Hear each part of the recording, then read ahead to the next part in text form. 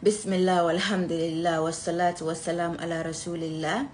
Rabbi shrah li sadri wa yassir li amri wa ahlul uqdatan min lisani yafqahu qawli.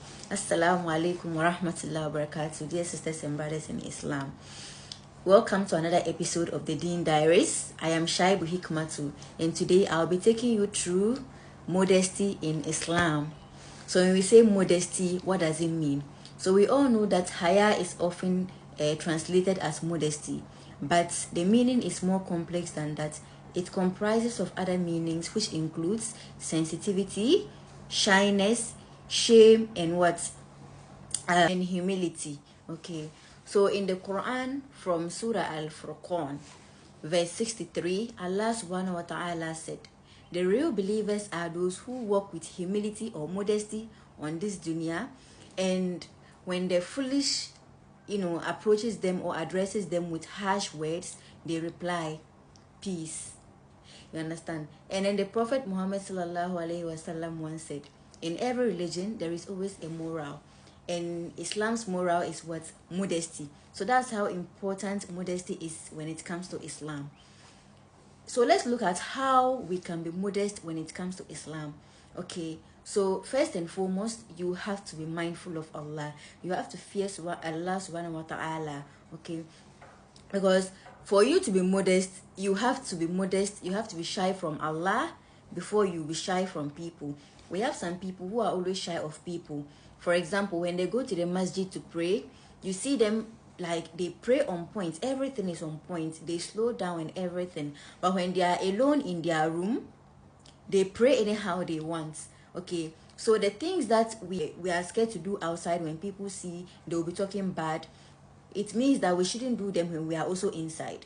Okay, when we are inside, when we are alone in our rooms, or when we find ourselves alone anywhere, we should know that we are not alone, but Allah subhanahu wa ta'ala can see us anywhere we are, can see whatever that we are doing, and He knows what we are doing.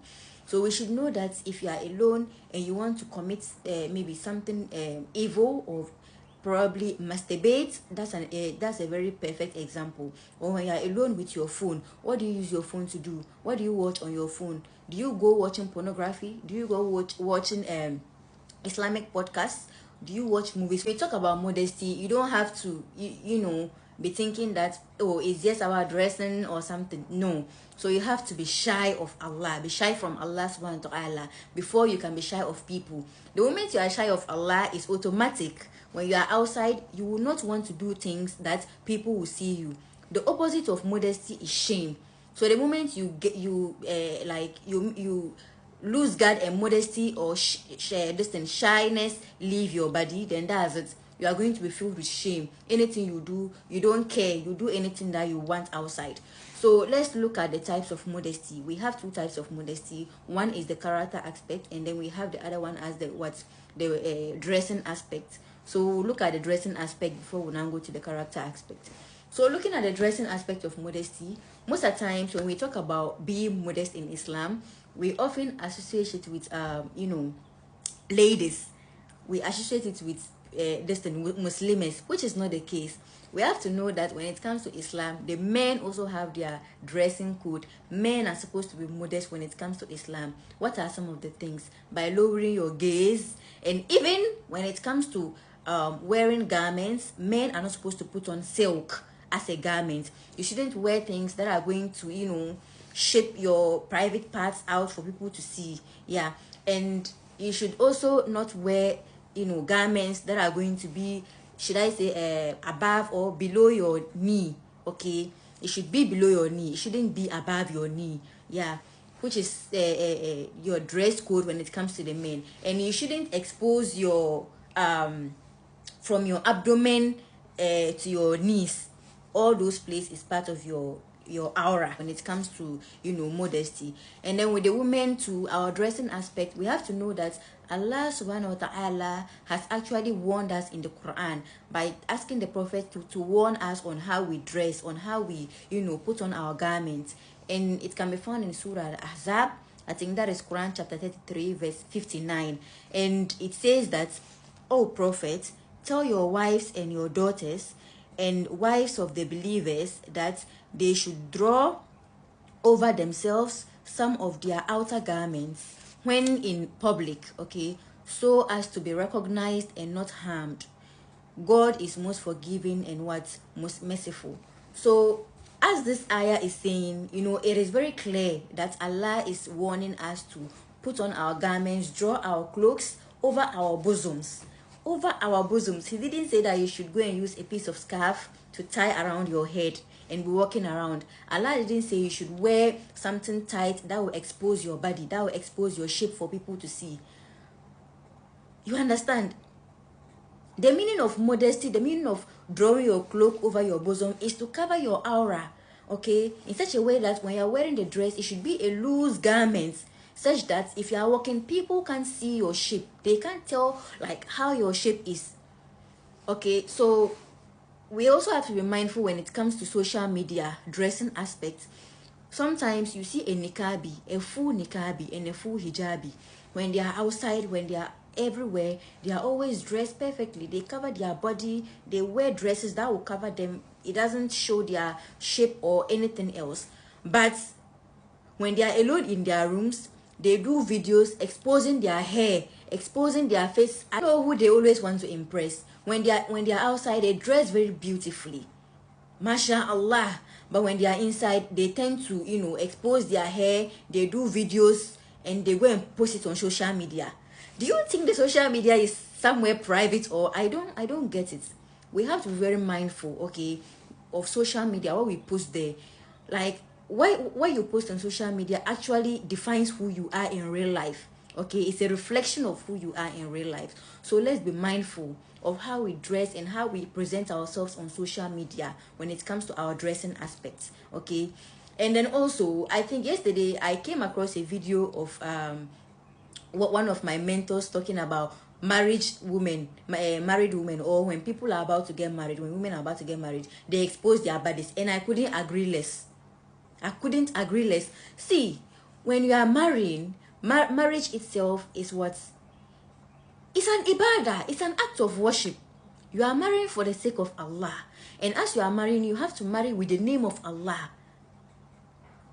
How you dress. You see someone who is a full hijabi, a full niqabi, but when it comes to the day of her marriage, she would sit, they would do her lele, and after they are doing the lele, they are going to video her legs from her knees, sometimes from her laps, down to her foot, and even expose her body, like everywhere. They'll post it on social media for everybody to see. This is oh God, like this is your jewel. Your body is something very, it's something very unique for you. This is something for your husband, something that only your husband is meant to see. So now that you are showing it to everybody, what do you want your husband to see again? What is there for your husband to see? We should try and be mindful of Allah when it comes to how we dress and how we present ourselves on social media, okay? Because putting on the hijab alone is an act of worship, is an obedience to Allah. You are submitting yourself to the will of Allah. Allah asks you to dress modestly. If you do it, you are actually respecting His orders. You are obeying His orders, okay? And let's move to the character aspect of modesty.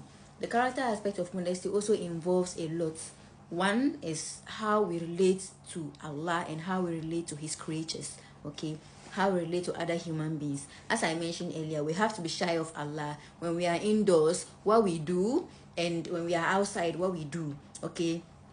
You see some people, they go outside, they have fun, like they go to clubbing, they dance, they drink, they smoke shisha and all those things. No one saw you in the middle of the night that you went to do it. No one saw you. You were dancing with these ladies, mixing with haram things that you're not supposed to do. No one saw you, but you were able to video all these things and come online to come and post for people to see.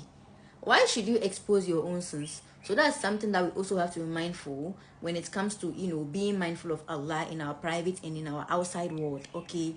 So we should, when we sin, let's try and conceal it. Let's try and keep it between we and Allah.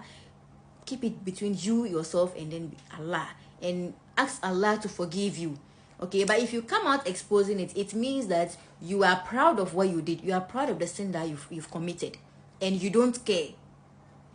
And the moment you do that, there will be no modesty in it. And the moment this modesty leaves your body, you tend to do things anyhow.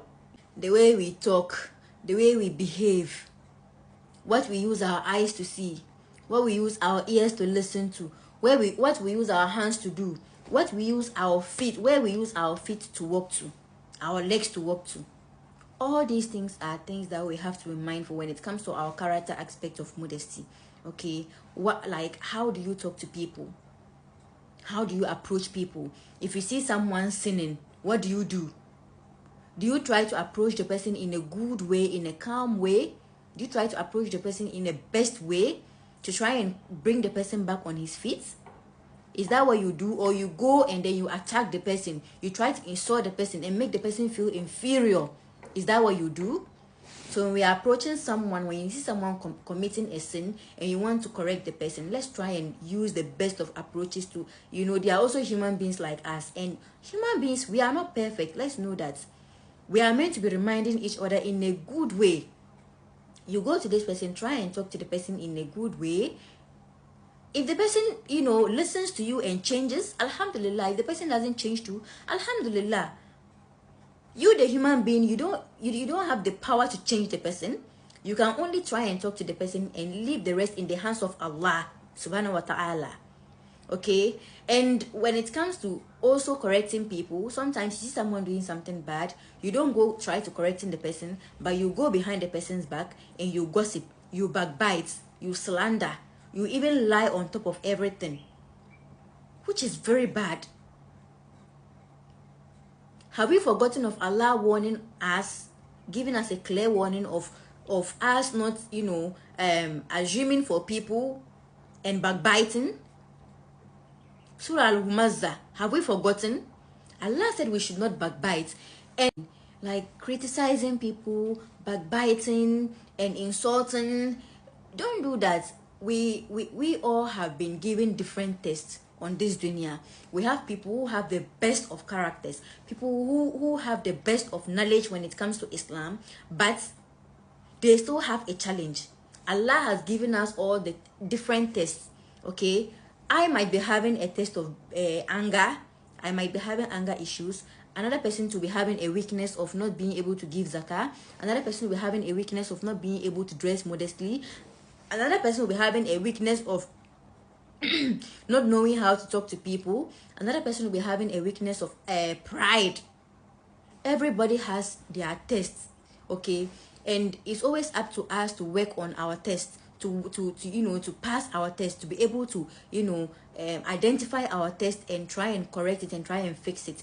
So if you see someone in this kind of a test, the best thing you can do is go to the person and try and talk to the person. If you can't do that, you can get someone else who is above you or someone you think can approach the person in the best way and let the person talk to that person on your behalf. Talk to the person to change.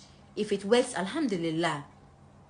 But you don't go behind the person and saying bad things such that when the person hears it, the person will not feel comfortable. Just put yourself in that person's shoe. Maybe someone see you doing something bad and the person doesn't conceal it, but go out to go and talk about it. If you hear about it, like, will you be okay? Will you be happy? No. So the same way, you're not supposed to also talk about people's bad behaviors. You can actually approach the person, try to talk. If it doesn't work, then you've done your best. May Allah help us. So we also have some set of people who are filled with pride. They are too proud, such that if they do something bad or they are faced with a struggle and someone else sees it and comes to try to correct them, they don't want to accept, no matter the kind of approach you use. Whether you are being calm, whether you are being observant, no matter the approach you use, they will not admit that they are like what they are doing is wrong and they have to change from it. They don't want to be corrected. Once you go to them, they'll be like, who are you to judge me? Why are you judging me? Sinners judging sinners differently. Oh God. Like, we should know that we are meant to be reminding each other. We are sisters and brothers in Islam. So you should rather be happy. You should be happy and be grateful when someone sees you doing something wrong and comes to talk to you about it. be happy, be grateful, because this person wishes good for you. This person doesn't want to see you in Jahannam. This person wants to enter Jannah with you. This person cares for your dunya and your akhirah. Let's always be, appreciative when someone comes to, remind us about how we should live our lives on this dunya. You are not putting on your hijab, or someone comes to tell you that, oh, like, this is not how you're supposed to put on your hijab. Try and change. Hey, you are judging me. You are also doing a different thing. I'm also doing this. Why are you judging me? Let's be mindful, okay? Let's try and always sometimes admit to, like, our wrongs, and try and then, like, recognize them and try and change, try and fix them. Okay, let's try. And this one goes to my dear parents. Please, let's try as parents, try and train your children on the need to be modest, on the importance of modesty. Okay, let's try and show them that sometimes they need privacy in some cases. When you are bathing, don't bath in front of these children. Even if it's 5 years old, don't bath in front of him or her. And don't change your dress in front of him or her. At least if you are covered underneath, then it's fine. But you shouldn't change yourself naked or in something that exposes your aura or something like that to these children. Because what you are doing, they see. And children tend to imitate what they see and what they hear.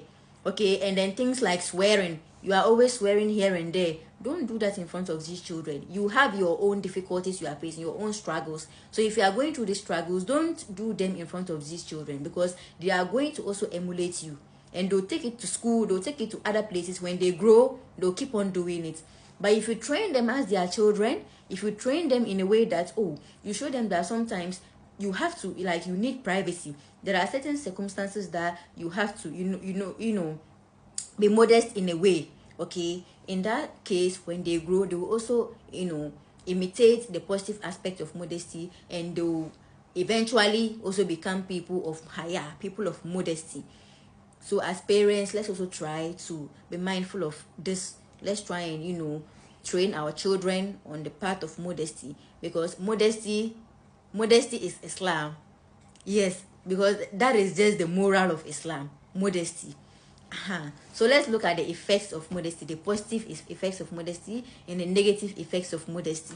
As a lady or as a man, okay, let's look at the positive effects. So as a lady and as a man, when you are modest, it helps the opposite sex to be able to lower their gaze and to able to what? It also protects us from getting closer to zina. For example, you as a lady, if you cover yourself from head to toe, fully covered, do you think when a man sees you, he will not feel shy to even look at you twice or thrice? He will feel shy. Yes, because that level of respect is going to be there. But the moment you wear something short and exposes your body, you are telling them that, oh, look at me, I'm available. That's when they'll start, looking at you, and it will even be difficult for them to lower their gaze, because the moment they look at you once, they want to look at you twice again, because there is something more. There is more details you are showing them. You are trying to show them more details, so they want to capture that detail. So it saves us. It helps us to lower our gaze. Also, it also helps us to gain respect. Okay, it adds value and respect to us. When you are modest, people honor you, like people respect you. The people see you to be a valuable asset. For example, when you are modest, like when you cover yourself up, from head to toe, and then your attitude is very good, do you think a man will just come to you and try to touch you anyhow? It's not possible. I always give this example anytime I'm talking about modesty. Imagine you have 2 sweets, you unwrap the other one, then you put it on the floor, then you leave the other one closed. What do you think will happen to the other one that is unwrapped? 1 is going to become dirty, dust is going to fill it. 2, flies are going to land on that unwrapped toffee. So even ants will come and then settle on the unwrapped one. The wrapped toffee is still going to be as wrapped and then fresh as it is. So this is logic, simple logic. Let's try and cover ourselves. The moment you expose yourself, you are telling them, oh, I'm available, come and touch me. That's when they'll start looking at you. They'll try to touch you. They'll try to use, vulgar words and then talk to you in a disrespectful manner. They see you to be a prostitute. Like the kind of thinking they will have for you, like, meanwhile probably that's not who you are. Probably you are someone very modest when it comes to, you know, zina. You don't go near those. You are chaste, but they don't know that you are what you show them is what they know. How you behave and how you present yourself is the reflection of who you are. So they will treat you as such. So let's be mindful, ladies, especially my dear ladies. Let's be mindful of how we dress and how we behave out there. When we are talking, let's try and, you know, talk with good words. Let's not be talking with vulgar words. Let's be shy. Let's not want to be seen everywhere we go. Let's not. Modesty also strengthens our bond with Allah. It protects our dunya and our akhirah. You also tend to, you know, submit to the will of Allah. You are obeying the commandment of Allah if you are modest, because Allah asked you to do so. So you are doing it to fulfill your deen, to fulfill your Islam, to fulfill the commandments of Allah. And the moment you do that, you get closer to Allah. When you are modest, it protects you from the evil eye, a lot of things. And let's look at the consequences of, you know, not being modest. Let's look at the consequences. One, you tend to lose your humanity. You tend to behave anyhow. You don't even care. You do things anyhow. That's when someone comes to you, tell the person that don't judge me. That's when you go to the club, you do a video, you come and post it online. That's when you unwrap your veil, you leave yourself, then you do a video online, shaking your body, shaking, like try to tell people that, oh, you are available, they should come to you. You go and post it on social media. You don't care. You don't care who sees it. You behave anyhow, you talk anyhow, you want to be seen everywhere. That's the consequence. You tend to lose your modesty, and when you lose your modesty, you lose your value. You lose everything. Like, you become inhuman. Look at how the Israelites are bombing Gaza. There is no modesty. They don't have modesty in them. That's why they don't fear Allah and they are bombing these people anyhow. The humanity is not in them anymore. They don't care. Like, their eyes and hearts are sealed. When they are doing something bad, it is something normal to them. They see it to be normal. So that's who you now become when you lose modesty. Allah will let you be, and that's when you now lose your value. You lose everything. Okay, so the moment you don't have haya, you don't have modesty, that's when you now, like, it prones you to committing zina. You start drawing closer to zina, and you do it and you continue to do it, and you will not see it to be something harmful. You will not see it to be something haram, because the modesty has been lifted from you. When you are committing the zina, you see it to be something normal. You do it and then you are okay. You don't care. You don't even care whether what people think and what Allah will even think. You've forgotten that Allah is even looking at you whilst you are doing that, and Allah is not happy. Allah is displeased with you. And another consequence is that you are going to be filled with dishonor and disrespect. People are not going to respect you. You are going to be filled with shame, because you are outside. You are doing all these things. These things going to steal, it can lead you to going to stealing. You go and steal because the modesty is not there. You don't care about what people are doing. You go and steal, and then you don't care. At the end of the day, you are going to be sent to jail. Is this not shame? You go and commit zina. You when you are committing this zina, a man asks you to do what? Do a video of yourself nakedly and then send to him. You do it, you send to him, and he comes out, he publishes it everywhere to the whole dunya to see. Is that not shame? That is shame. So let's try and be mindful, and may Allah, protect us from all these things, because sometimes we are human beings and we don't know what will drive us into doing such stuff. May Allah guide us from things that will even lead us into it. May Allah guide us away from zina and all these immoral acts. Al-Bayhaqi said, Haya, which is modesty, and Iman are companions, and the moment one of them is lifted, the other one leaves as well. So Haya, modesty, and Iman, they go hand in hand. The moment Iman is lifted, modesty also goes away, and the moment modesty is also lifted, Iman also goes away. So they move hand in hand. You can't be having iman and you will not have modesty, and you can't be modest and you will not be having iman. Let's know that this world is just a test for us, and our main purpose on this dunya is to worship Allah. So let's try and live our lives to please Allah. To please Allah and Allah alone. Not because you want to seek attention from people. Not because you want to seek validation from people. Let's try and worship Allah. For in our grace, we are going to be questioned. And on the day of Qiyamah, we are going to be questioned. So let's focus on bettering ourselves and stop thinking that we are better than other people. Sometimes if our iman comes up, we feel like we are better than other people and we tend to treat them anyhow. We look down upon them. We want to make them feel inferior. Let's try. Sometimes that's also another way that would lead us into, losing our haya. So let's try on, being able to admit to our own faults. Let's be able to identify our own faults, our wrongs, and our bad behaviors, and try and work upon them and try and improve upon them. Okay, I pray that Allah subhanahu wa ta'ala would forgive us our sins and then guide us to his path. And I pray that Allah gives us modesty and then also iman. Yes, may Allah fill us with his modesty and his iman. And I pray that whatever that I've spoken about, if I've said anything wrong, Allah should pardon me, for I'm just his slave. I'm not perfect. I'm just trying my best. May Allah forgive us and may Allah direct us to his path. And I also pray that whatever that we've learned, we'll be able to practice it. We'll be able to put it into practice, not just by listening or not just by gaining knowledge, but being able to do what? Put it into practice, being able to practice it. May Allah guide us and forgive us. Allahumma salli ala Muhammad wa ala ali Muhammad kama sallaita ala Ibrahim wa ala ali Ibrahim innaka Hamidum Majid. Allahumma barik ala Muhammad wa ala ali Muhammad kama barakta ala Ibrahim wa ala ali Ibrahim innaka Hamidum Majid. See you next time on the Deen Diaries. Assalamu alaikum.